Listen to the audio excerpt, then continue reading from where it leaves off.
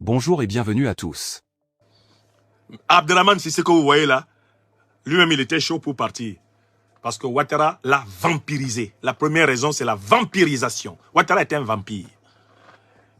Le vampire, c'est celui qui suce le sang des gens, qui suce l'énergie vitale des gens. Tous ceux qui sont autour de Ouattara là, il les dépotentialise. Il est constamment en train de les épuiser. Ouattara est une éponge, un aspirateur d'énergie environnante. Voilà pourquoi tous ceux qui marchent autour de lui souffrent. Regardez. Les gens aiment dire, oh, Guillaume Soro a un caractère trop fort. Hein, si Guillaume Soro était obéissant, si Guillaume Soro était humble, il était soumis, il n'y aurait pas eu de problème, il aurait sa place, hein, la Côte d'Ivoire serait tranquille. Hein, c'est parce que... Dites-moi alors, quel caractère fort avait Daniel Kablan-Duncan, l'ancien vice-président de la République, ancien premier ministre, ancien ministre de l'économie et des finances, que j'ai appelé le politicien pantouflard. Avant de commencer, n'oubliez pas de vous abonner et d'activer la cloche de notification pour ne rater aucune de nos prochaines vidéos. C'est parti. Si même Kablan-Duncan a démissionné, c'est que Ouattara est mauvais.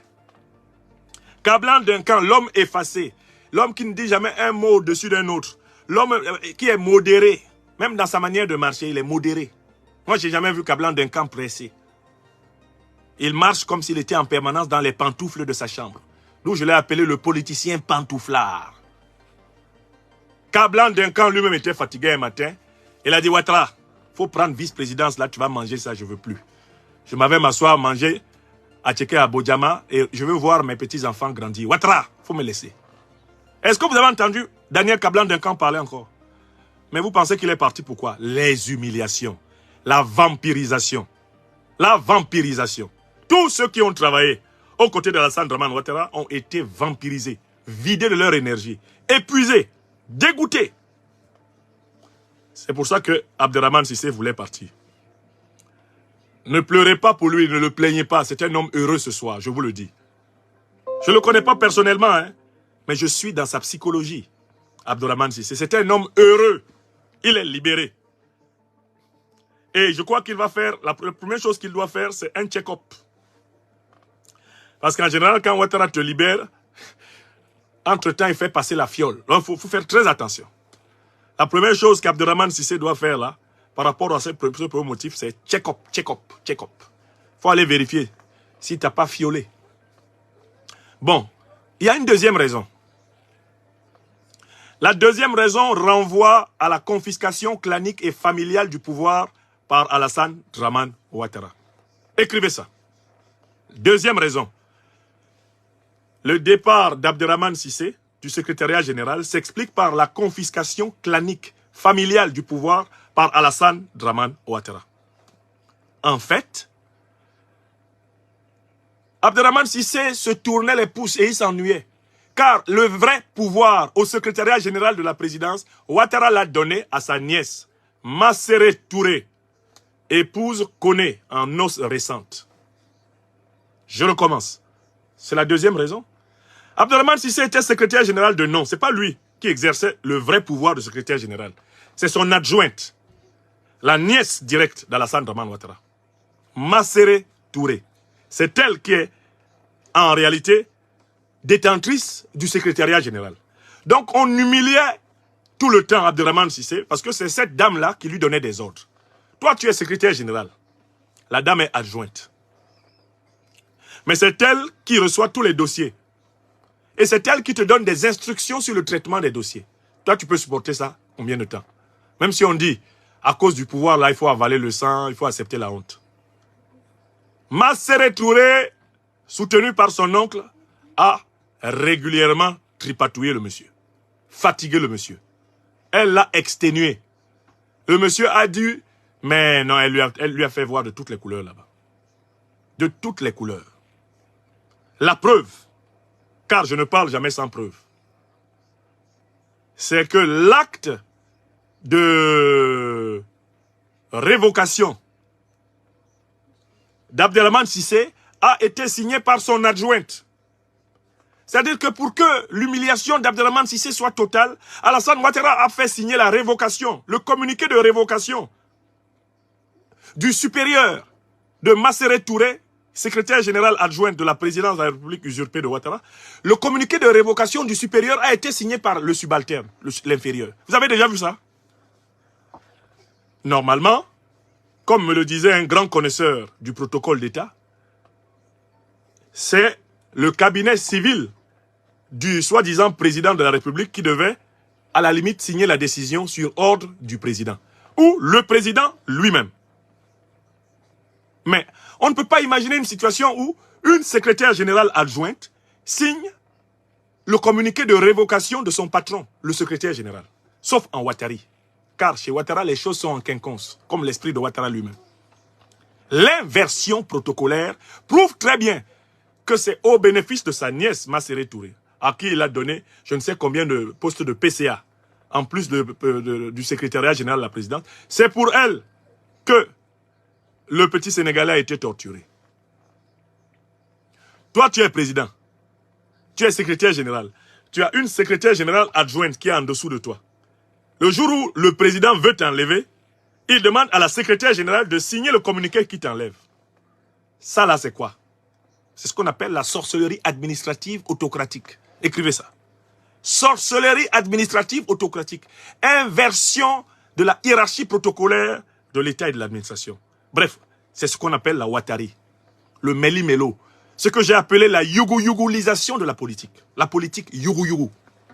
La politique fripérisée. Alassane Dramane Ouattara n'a jamais quitté sa mentalité d'ancien vendeur de friperie. Tout est mélangé dans sa tête et tout est mélangé dans son comportement. Ça se passe au palais présidentiel comme dans la tête de Ouattara, c'est-à-dire en désordre. C'est du yougou-yougou, du jamais vu.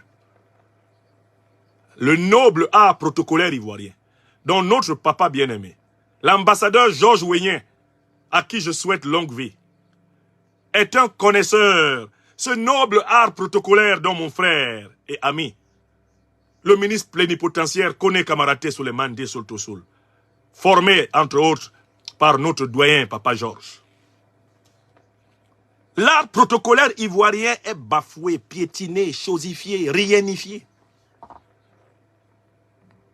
Il est liquéfié. Liquéfié dans la Ouattari. Vous avez compris? C'est la deuxième raison. Maintenant, la troisième raison, je laisse le grand investigateur Chris Yapi vous dire la troisième raison. Parce que la troisième raison, quand même, là, ça renvoie malheureusement au travers de notre frère Abdourahmane Cissé. C'est-à-dire que normalement, en fait, la troisième raison, finalement, elle a été utilisée pour maquiller le fait que Ouattara l'a vraiment torturé à mort, que Masséré et son oncle l'ont vraiment fatigué. Alors, ils ont choisi de laisser sortir l'information de sa sextape, d'une sextape. Chris Yapi, grand investigateur, je vous laisse le soin de nous raconter ce qui s'est passé.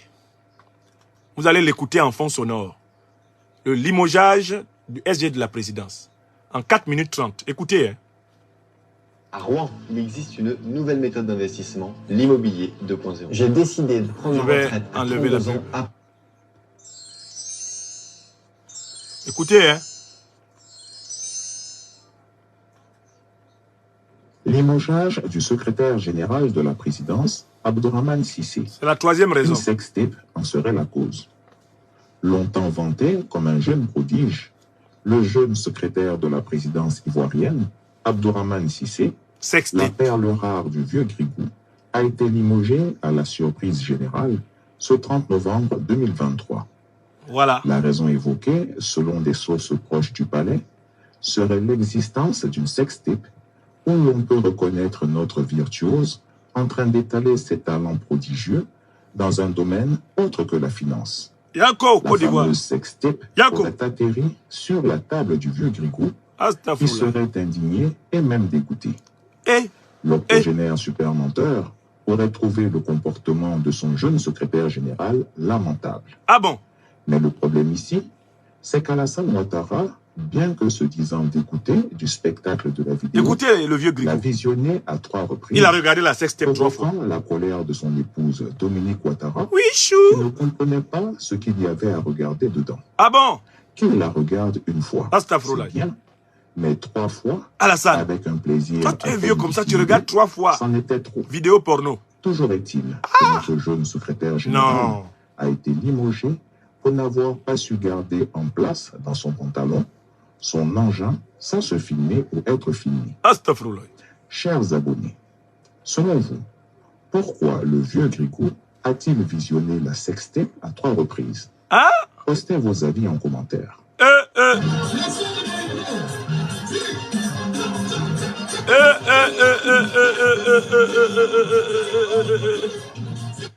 Bon, vous avez écouté la version de Chris Yapi, c'est la 3e raison. Apparemment, le vieux Grigou détiendrait une sextape de son secrétaire général dans laquelle celui-ci montre toute sa capacité masculine en indignant un ou je ne sais combien de corps féminins. Et ceci, Alassane Ouattara a considéré que c'est humiliant. Non, non, non, c'est inacceptable. Mais le problème, c'est que, selon Chris Yapi, Ouattara a regardé la sextape au moins 3 fois. Ce qui a énervé Dominique, qui aurait dit, mais Chou, je comprends pas pourquoi tu t'évertues à continuer à regarder cette sextape là, Chou. Non, non, non, Dominique, tu sais, je veux voir les positions que cet abruti a utilisées pour pouvoir le condamner. Tu sais, c'est un monsieur qui pourrait dire que non, il n'a rien fait. Hein. Il pourrait dire les réseaux sociaux, il y en a de tout. Hein. Je ne me reconnais pas. Non, non, non. C'est pour ça que je regarde plusieurs fois. Chou, tu me prends quand même pas pour une conne. Hein. Ça fait bien 3 fois. Ça suffit. Hein. Bon, écoutez. La 3e raison qu'on nous avance là, en fait, c'est l'alibi qu'ils ont trouvé pour se débarrasser de lui. Et lui-même, de toutes les façons, il s'en fout, manifestement. Parce que, comme vous le savez, en tout cas, une sextape de cette nature, qui montrerait les prouesses d'un mâle avec une femelle de son choix, c'est pas cela qui va faire dégringoler, effectivement, la réputation de M. Abdourahmane Cissé en Afrique. Si c'était une sextape, je ne sais pas, homosexuelle ou transsexuelle, ou une sextape qui, où la loi humaine et sexuelle humaine était complètement transgressée vers les animaux, oui, il est probable que ça puisse émouvoir très négativement les sociétés africaines. Mais si la sextape prouve qu'il est garçon, comme on dit à Abidjan, garçon pile, bon, ça ne va pas énerver les gens. D'autant plus que Alassane Ouattara nous a habitués à avoir quand même un certain nombre de grands frappeurs d'Aoko, comme on dit à Abidjan, et qui exercent leur art sous son portrait au palais présidentiel. Qui a oublié les scènes extraordinaires de l'individu membré comme un cheval, le Gon Koulibaly, qui a choisi le portrait de son cousin Amadou Gon, son frère Amadou Gon, Premier ministre, et le portrait de Ouattara pour encadrer ses exercices érotiques, et qui s'astiquait l'arbre et les 2 noix avec une délectation qui finalement l'a rendu sympathique à certains milieux de la République. Car finalement on s'est dit en fait, s'il a fait ça, c'est lui qui sait que Ouattara n'est pas président. Parce que si tu sais que le monsieur qui est là derrière est le président de la République, voilà, et tu ne peux pas faire des choses comme ça devant son portrait. Si tu sais que l'autre là est vraiment Premier ministre, tu ne peux pas faire des choses comme ça devant son portrait. Si Gon Koulibaly là s'est permis de se masturber sous les portraits d'Ouattara et de son frère, c'est parce qu'il sait qu'eux-mêmes là sont des faux types. Il n'a même pas peur d'eux. La preuve, il est là, non? Il se promène tranquillement à Abidjan. Et quand les gens le voient, les gens rigolent. N'est-ce pas? Donc, Abdourahmane Cissé, ce n'est pas la sextape qui l'a fait virer, mais la sextape sert de prétexte pour le virer. C'est ce que la Ouattari utilise pour cacher le fait qu'elle l'a vraiment maltraité. Le monsieur lui-même, il était fatigué. Il était fatigué. Bon, ils ont la sextape, ils peuvent faire ce qu'ils veulent de ça. De toutes les façons, manifestement, Abdourahmane Cissé, lui, il est fier de sa sextape. Parce que quand on filmait là, lui-même, il savait. Non, il s'en fout. Hein? Ça me rappelle une affaire comme ça qui avait circulé sur mon frère Alain Toussaint. Mais Alain Toussaint n'est pas à Abidjan, il s'en fout. Il s'en fout ou il s'en fout pas? Il s'en fout. Donc, il faut boucler ce premier sujet en disant que la sextape qui est évoquée par Chris Yapi est en effet le prétexte utilisé aujourd'hui par les communicants de la Ouattari pour justifier du débarquement du secrétaire général. Un peu comme les ministres tchadiens qui ont été récemment débarqués après avoir été vus dans des activités exploratoires d'un genre qui mérite l'intimité. Non, en réalité, les 2 premières raisons pèsent très lourd.